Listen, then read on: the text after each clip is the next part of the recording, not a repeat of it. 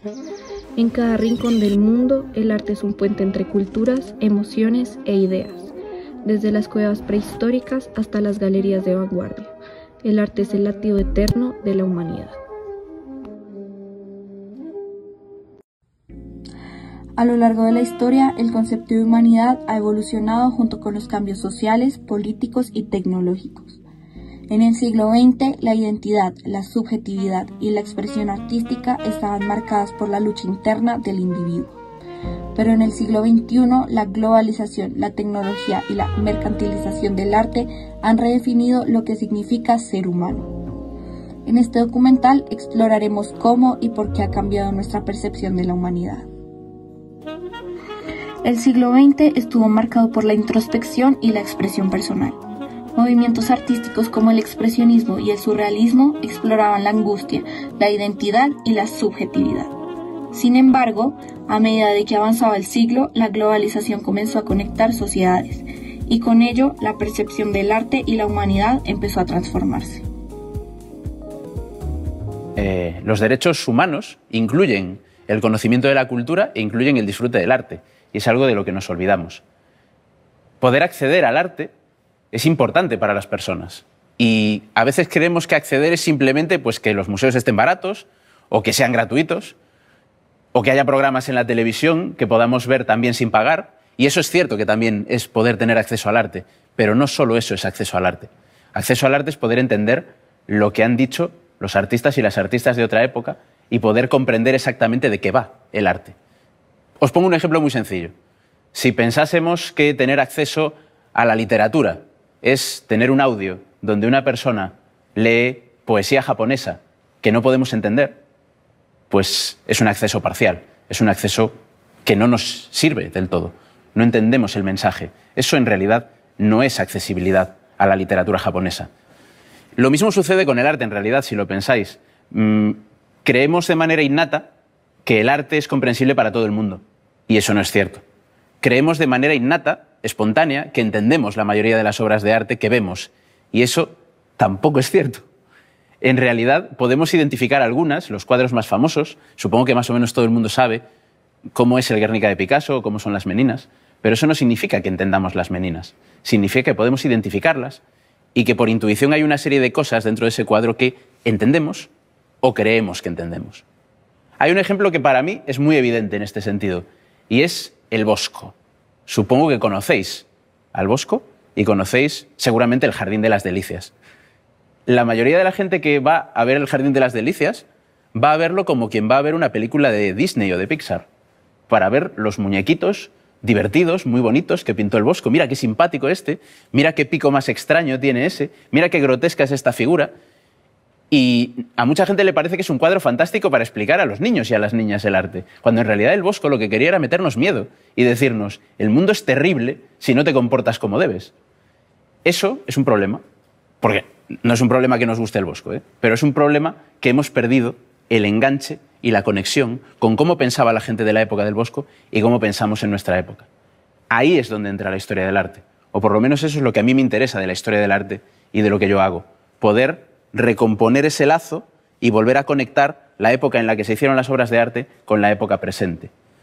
Y desde el punto de vista educativo, para mí esto es lo más importante, que la gente pueda entender, en la medida de lo posible, de manera más profunda, obras de hace siglos, para poder ponerse en los pies de esas personas y poder decir, pues voy a ver el Jardín de las Delicias y aunque sigo viendo muchos dibujos que me interesan y me parecen divertidos, empiezo a entender por qué el Bosco tenía esto en mente.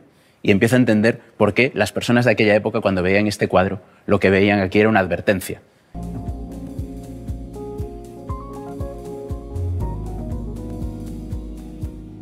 El siglo XXI trajo una revolución silenciosa, la identidad digital. En un mundo hiperconectado, ya no solo somos lo que sentimos, sino lo que proyectamos. Las redes sociales nos dan voz, pero también distorsionan nuestra esencia. Cuando la imagen se impone sobre la realidad, ¿qué queda de lo auténtico? Sí, el momentum siglo XXI, pues a diferencia de los tres momentums del siglo XX, el momentum Benjamin, el momentum Foucault y el momentum Derrida, uno de ellos vendría marcado sobre todo por la irrupción de la cibernética, de Internet, de el poder hacer y concebir y pensar obras que vivan en la red, o sea, obras y proyectos que estén funcionando offline, ¿no? Y generalmente son proyectos en progreso que van alimentándose y que también pueden ser expuestos en la Documenta de Kassel, en el Reina Sofía o en cualquier exposición, ¿no? ¿Crees que el arte sigue siendo un medio de expresión emocional o se ha convertido en un simple producto de consumo? A pesar de que el arte es el medio más antiguo de expresión de la humanidad, gracias al arte tenemos el registro histórico de la humanidad. En este mundo cada vez más consumista, desafortunadamente sí, el arte se ha convertido en una pieza de mercantilismo y ha perdido en gran parte su esencia de expresión de sentimientos.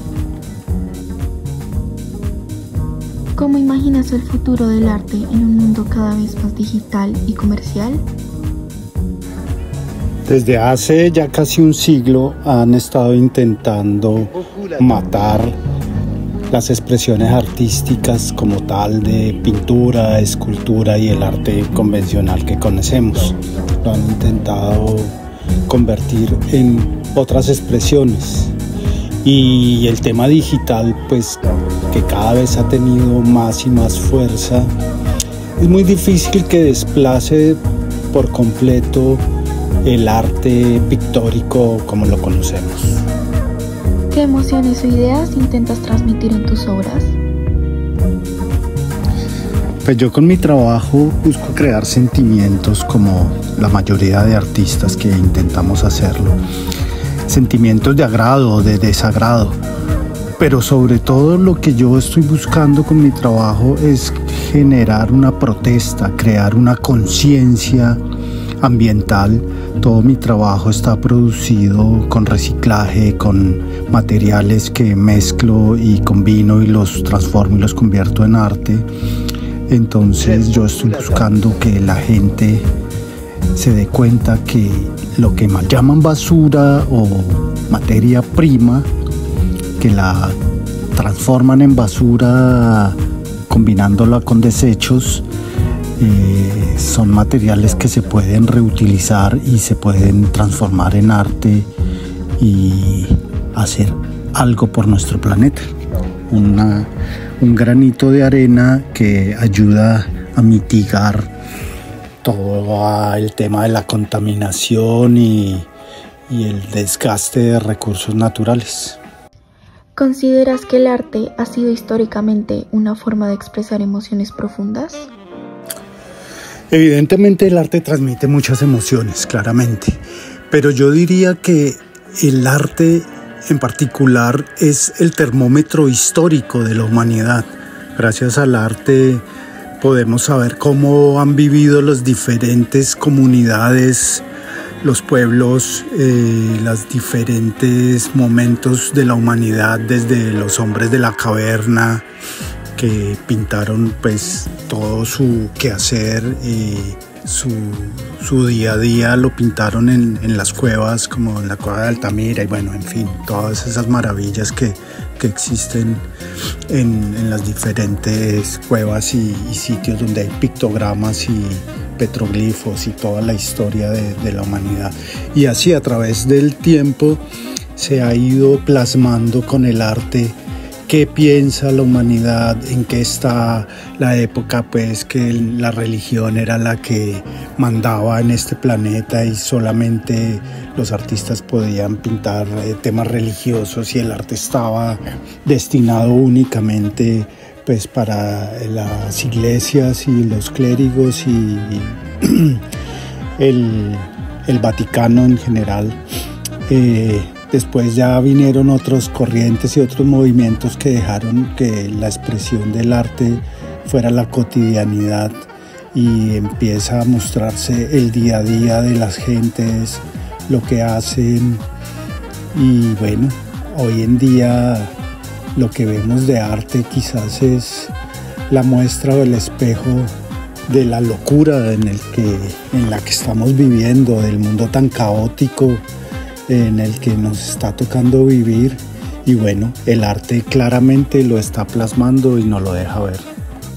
A través de estas entrevistas y estudios con expertos logramos confirmar y entender que desde el siglo XX hasta el siglo XXI el concepto de humanidad ha cambiado radicalmente.